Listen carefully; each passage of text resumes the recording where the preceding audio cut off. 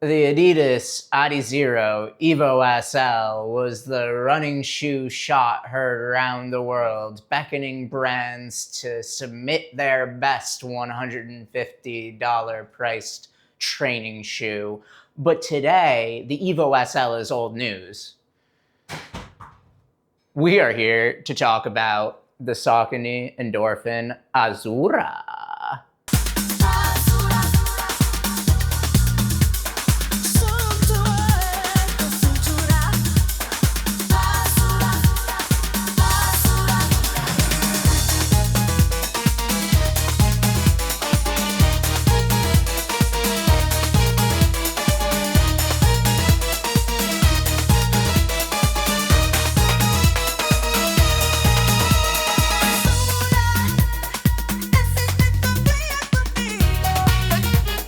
It's a balmy 20-something degrees today on the greasy streets of Rochester, New York, and today I'm in the Saucony Endorphin EVO SL, Azura. The Azura is a 40-something stack, 8mm drop, something PEBA, something daily trainer that's fast for $150, and I'm about to take it for a run. It's the best conditions that I've had in weeks, and I'm looking forward to getting some miles in it. Hey, morning. how you doing? Get the miles in. Yeah, for sure. Yeah. Yeah, people are out for a walk, which is really nice, and it's what Rochester does when it becomes very slightly nicer in the winter. Plan for today, as always, when I'm testing out a new shoe, is to get some miles in, get some nice glamour shots on the run, and see how it fares and see what it's useful for. I'm feeling pretty fresh today, so that is something that I couldn't have said for the last 3 weeks. So I'm really excited, and with that, let's go.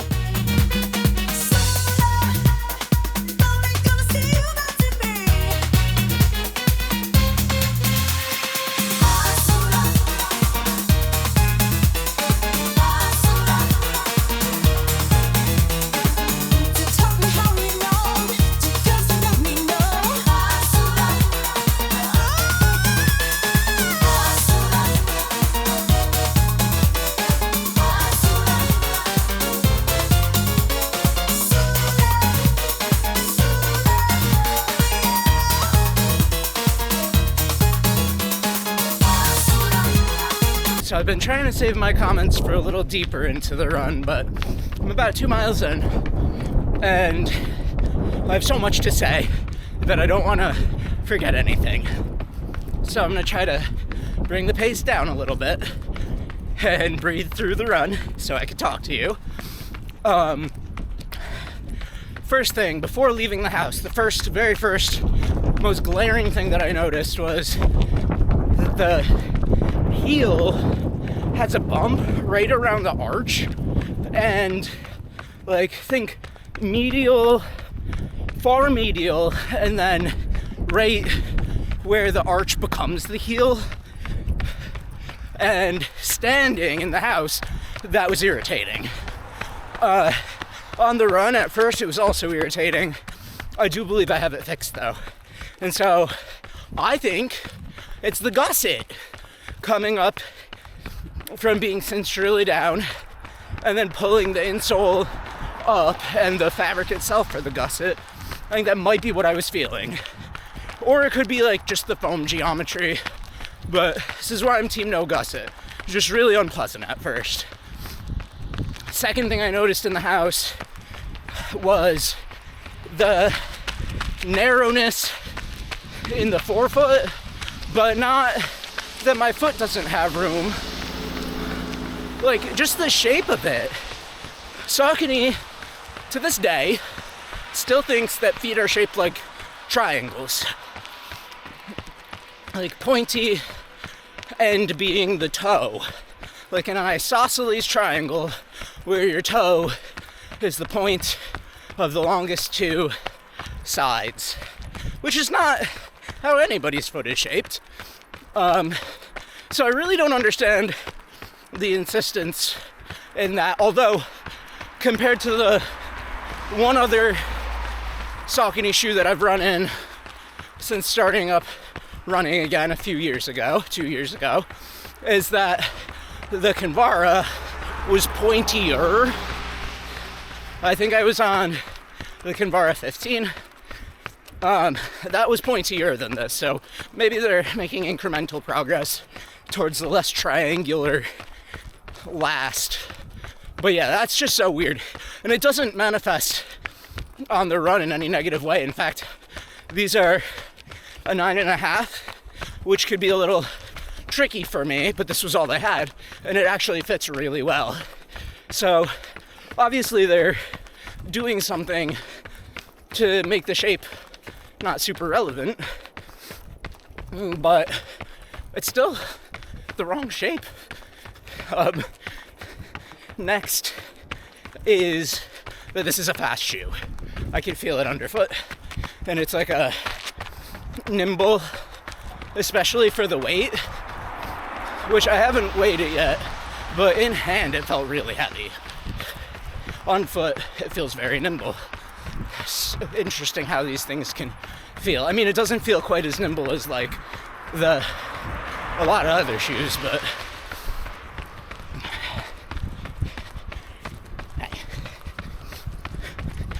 like the Zone 2 or the C2027, or I don't know. There's a lot of shoes that feel a little bit more navigable. Dynafish Danian 1, Metaspeed Edge Tokyo. But this feels a bit nimbler than the EVO. And I kind of like the foam a little better, just immediately first impressions, than the EVO SL foam, which says a lot because I really like Lightstrike Pro. But I've also always liked the beaded PEBA.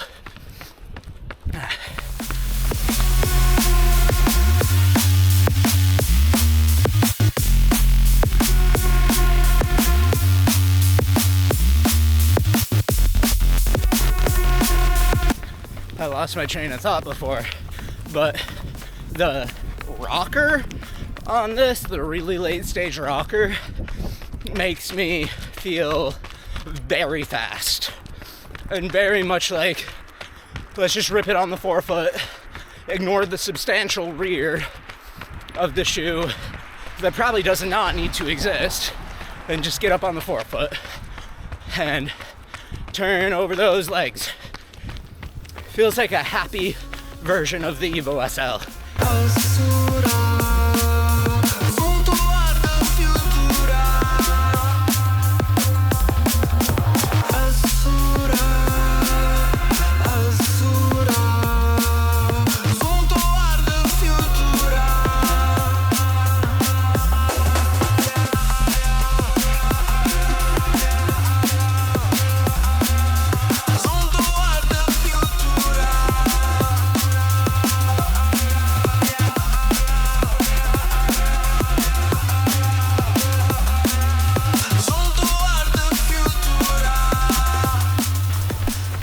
I just hit a couple miles around marathon pace, and I want to say that while this shoe has flaws, which I will enumerate back in the studio, I am loving it. It's the type of shoe that I don't want to have the camera for, so I could just rip. It's so nice at speed. The late stage rocker is such flingage. I feel like I'm falling off a cliff constantly, which just waterfalls me right into the next stride seamlessly. Even right now, I'm going too fast to be talking to you. There's no way to stop it. Quite the roller coaster. 11 miles, 8:09 pace. I'm really curious what my moving pace was because I was getting a lot of camera shots, but regardless, that was fast. It felt fast. The last mile was really fast too. Didn't catch what it was, but I had a few really good ones where I was getting down to marathon pace, and if you've been following along, I've been struggling to get down to marathon pace since the marathon, and today was the first day where I got, I think, more than 3 miles at that pace. And it felt good. It was not just that I got the miles at the pace. It felt relatively relaxed, like neutral, hard, of course, but yeah, I feel really good.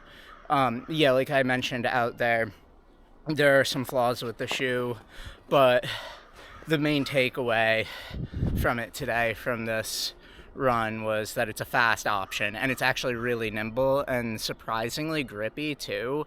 Now, the conditions have changed yet again. A lot of the snow that was in the path that I was running on today was gone from where it was last week on Sunday. The conditions are better. I know I'm rambling. I have run brain. Conditions are better, so it's not an apples to apples comparison, as it won't be throughout the winter. But even with the change in the conditions, I still think that this is grippy. Like, this is grippy compared to other shoes that I've been running in recently. Yeah, time will tell. I mean, in the wet, it's completely fine. And I didn't slip in some of the even, like, mucky, slushy mush piles. So, yeah, that felt good. And taking sharp turns in this felt very, very stable and, like, planted. And, like, I was able to go, not quite fast feet drills, but to go zigzagging a little bit and not fall down whilst zigzagging. Some other observations or like wishes: I don't see what the point of the 8mm drop is, and I don't see what the point of the big chonky heel is. I hit my calf with my heel a couple of times on both legs, and that's not very common for me to do, which tells me that, one, the heel, I tied it too loose, because two, there's a gusset, and three, the heel's too big. So 4, get rid of the big heel. It's just a little annoying because it's not just Saucony doing it. It's all the brands, because most people are heel strikers and I'm not, and so I don't have shoes that are made for me. Like, that's not anybody's fault, but I don't think it was like the biggest deal in the world. I think that this could be improved and made really, really good, even though it's already really, really good, by chopping off some of the chonk in the heel, man. Like, what I want is them to slap Power Run PB in the Kinvara, and then trickle in some newer generation, like put some Incrediron in this shoe instead of the Power Run PB, and then get the Power Run PB into your old legacy model, the Kinvara. Or simply build me a new shoe that's like 32-26 or even 32-28, and without all of the extra nonsense in the rear of the heel geometry-wise, like not a built-up heel, lower drop, lower stack, maybe even firm up the Power Run PB a little bit and have like a I don't know, like a racing flat, like a streak fly competitor or something. I just want more streak flies on the market. But yeah, if you could hear it in my voice, I mean, normally my recaps are a little bit tired or fatigued or like a little less coherent. The crow over there is freaking out. Do you hear that? It's like mooing. Meh, meh. That's not it. Well, yeah, I'm... Meh, meh. That's a weird bird. If anybody can identify that bird noise, please do let me know. It's there again. Yeah, if you could hear it in my voice, I'm pretty ecstatic. That was a great run. These are great shoes. I'll have a lot to say inside. So with that, back to the studio. And we're back with the Saucony Endorphin Azura. It is fun, lively, and has a great rocker. So I want to talk to you about this shoe, but I can't do so without providing you some specs and materials, so we're all on the same page. Specs on this shoe: 40 in the heel, 32 in the forefoot, 8mm drop, Power Run PB midsole. The upper, there's actually kind of a lot to talk about materially. The heel cup is sort of this elf tab where your heel sits further back on the platform, and then the fabric curves up, or like the top of the heel collar curves up, thus removing the pressure from your Achilles. I think in this model it actually works relatively well. Not always a fan of these. It's a pretty rigid heel counter, but not the most. It becomes rigid further down the heel, which is something I also think benefits the shoe. It has this interesting like baseball material. Like if you've ever held a baseball, which is probably most of us, it feels like it feels like the outer skin of a baseball. And then there's this really weird triangle here that I'm not sure why it exists. And then all of these like blue gill things overlaying the entire shoe around the upper. And then there's like a double layer of mesh of some sort. I don't really know. It says engineered mesh online, so I don't know, like, that's fine. I don't know what, it's such a different engineered mesh than what I've seen in other shoes, and not in a good or a bad way. It's still just an upper ultimately, and it doesn't really affect all that much about the shoe for me, but there's so many different layers to this upper. I think it will lend itself to a ton of really good colorways in the future. And this one's not bad itself. It's just a little bit white for these grimy roads, which I think the brands are doing intentionally. The laces are a little stretchy for my liking. I think that there's a little too much play in these that created a like looseness in the heel, not an up and down looseness so much as a side to side looseness. But ultimately they stayed tied, they worked. They didn't cut off circulation too much to my feet. And the tongue is fine. It's padded. It's got like specific padding right at the top eyelet, which is useful for if you really need to crank down the laces to get a good lockdown, which shouldn't be the case for you. It also features this interesting, I've never seen this before, but there's like 3 eyelets on the top eyelet chain, where you have your one that it comes laced through, and then you could do a runner's knot through the outside too. I never use a runner's knot because frankly, I think that if you tie your shoes correctly, you really should never need to do a runner's knot. That's at least in modern shoes. I haven't had to do that in some 30 pairs of shoes since the Adios Pro 3. So that's all I really had about the upper. I do think that Saucony has improved their foot shapedness of the shoe since the last Saucony I had, which was the Kinvara 15, which is very pointy. This is slightly less pointy, but I don't really think that feet are shaped like this. Like, it's better though. It is better, and it wasn't an issue out on the run, so I'll give them a pass on it. But I'm skeptical of Saucony's understanding of the human foot shape. And then that's the upper, that's the materials. Yeah, the midsole Power Run PB, which is PEBA. It's a beaded PEBA. Feels like a beaded PEBA.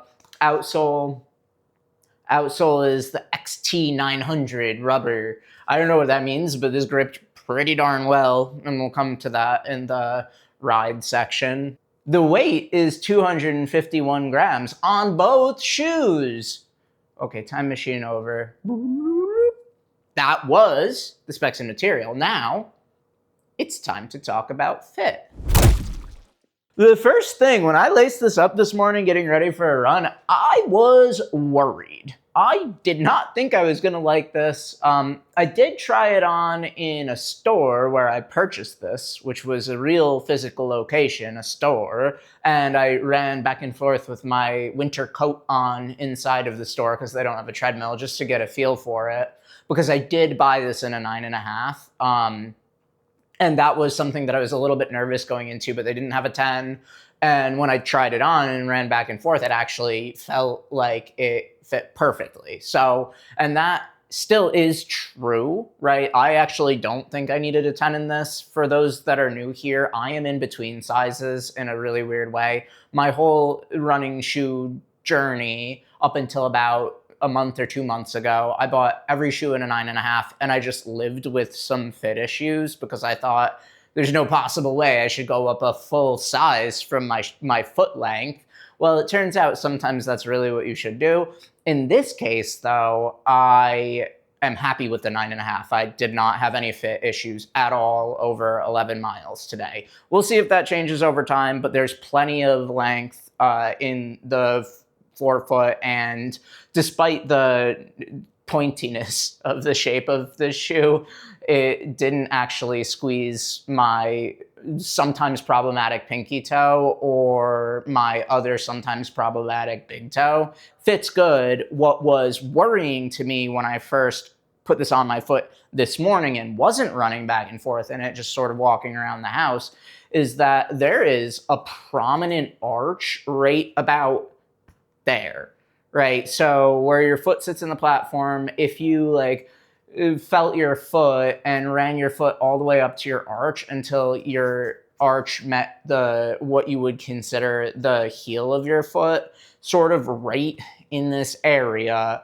I was having, particularly on my left foot, but also on my right foot, some like annoying to painful arch pressure there. And I don't feel that in like any shoe. Maybe I'm lucky and I just haven't gotten a shoe that has that issue. Maybe this is a particular issue to this shoe.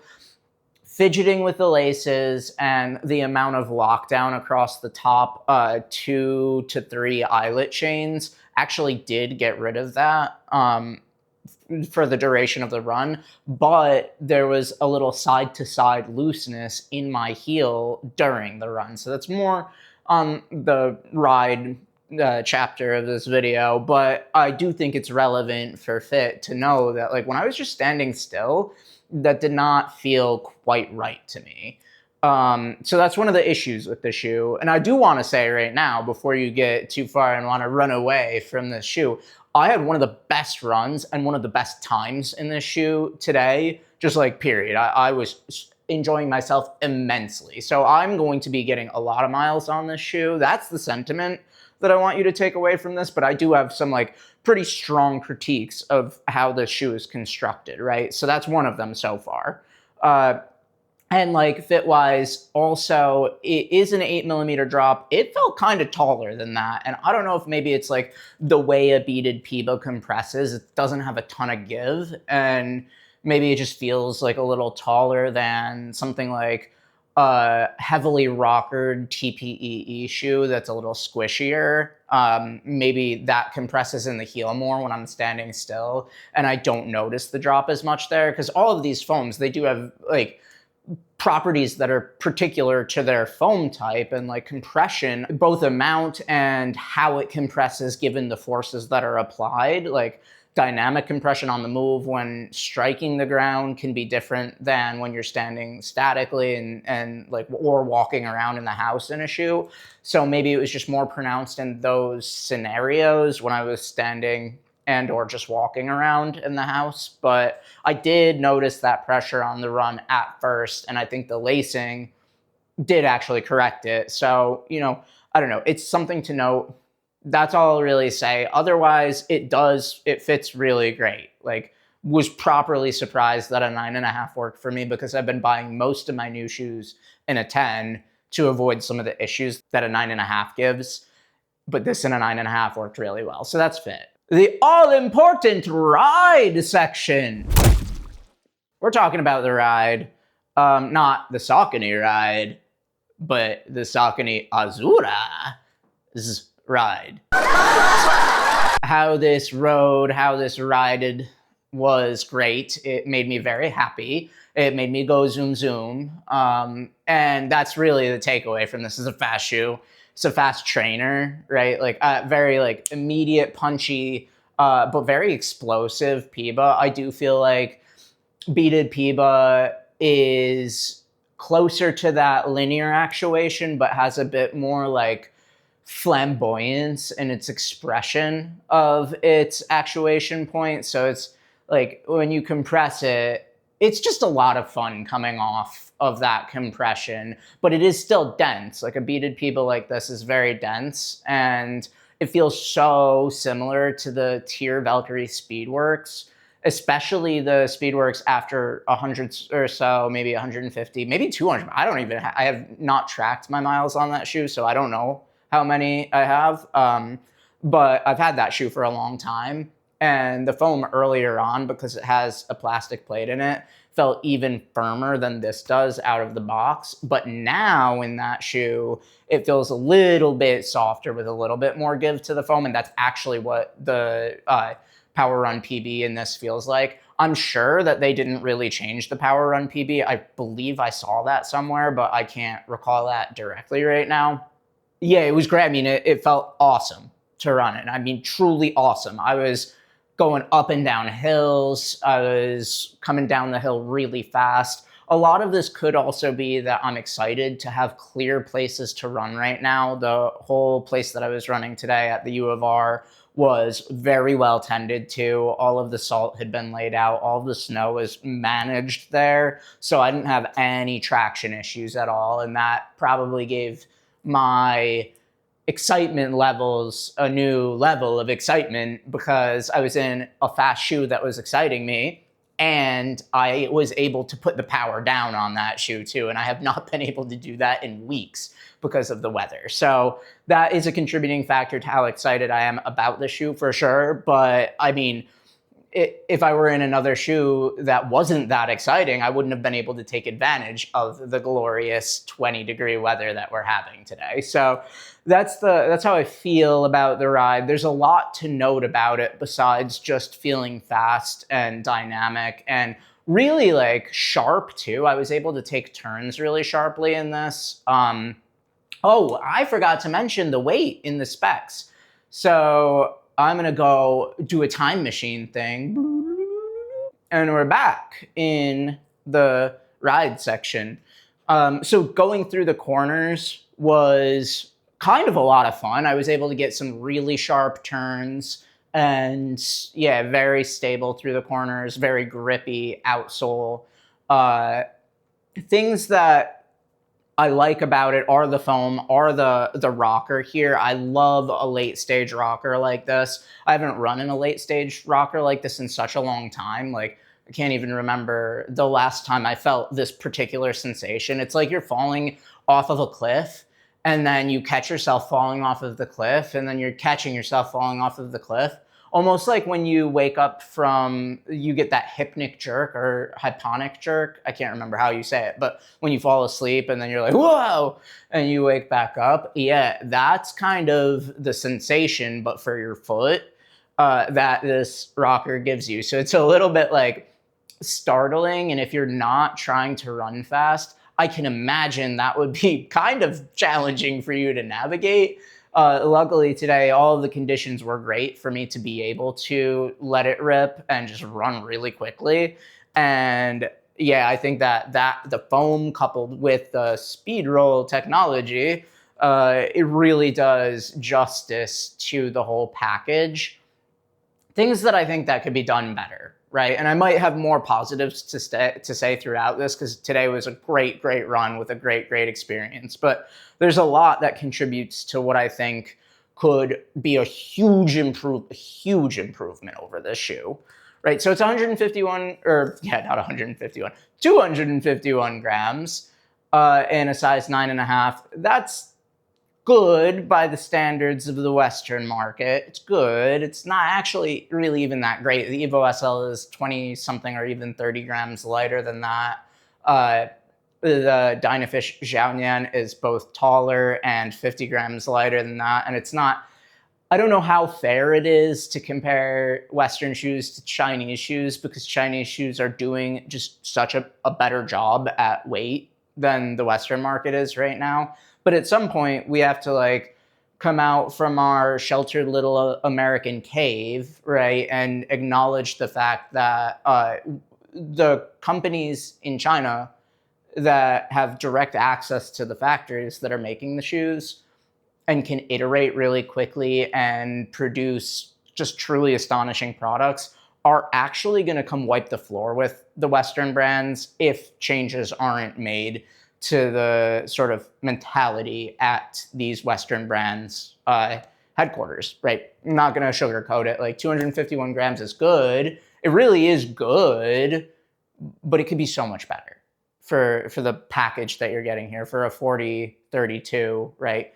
That's a big drop also. Like think of how much foam is saved from being in this shoe when you have such a sizable drop. Like you could save, right? You're saving weight by having that size drop. And that's something that I'd also like to change about the shoe a little bit, is that I don't think it needs to have that big of a drop. It's a speed trainer, right? It's supposed to be a fast daily option. It's like a zone 3 fast daily option. That's like immediately you put it on your feet, you know what's going on. Even like the marketing material or like what people position this as mentally when they see it, it's a speed 5 without a plate. So it's already positioned as a fast shoe.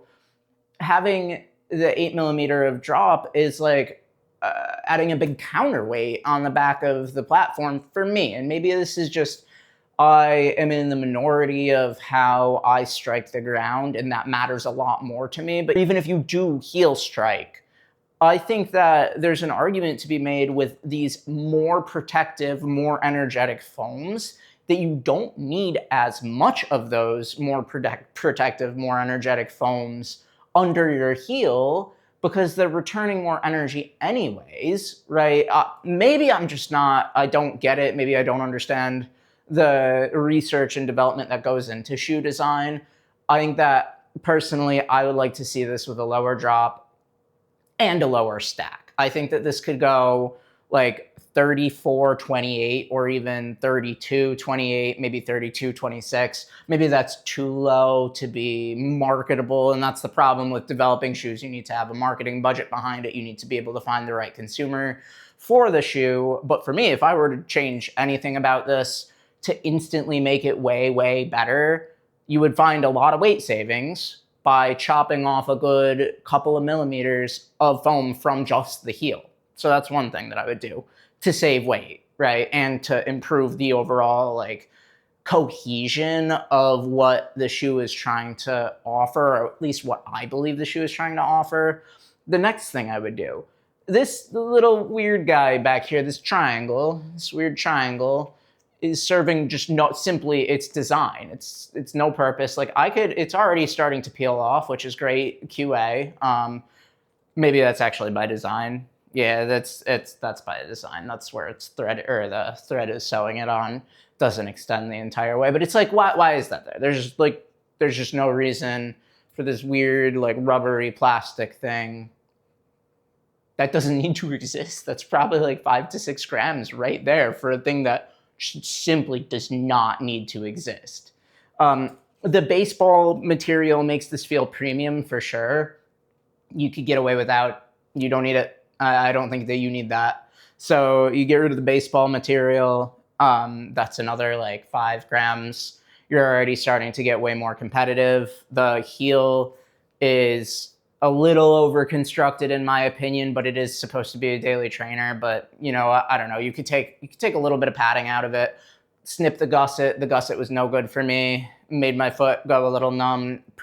I think it was part of the a contributing component to what made my heel initially feel pressure along the arch, like the arch heel area. I think that is partially the gusset contributing to that, because otherwise, if I had loosened the shoe, I don't think that would have had an impact on that sensation, but it did have an impact on the sensation, which tells me the gusset wrapping around my arch contributed to the sort of, there is clearly a bump of foam here, but I think I don't know, maybe it would push the insole, right, a little further up into my arch. So snip the gusset, there's another couple of grams.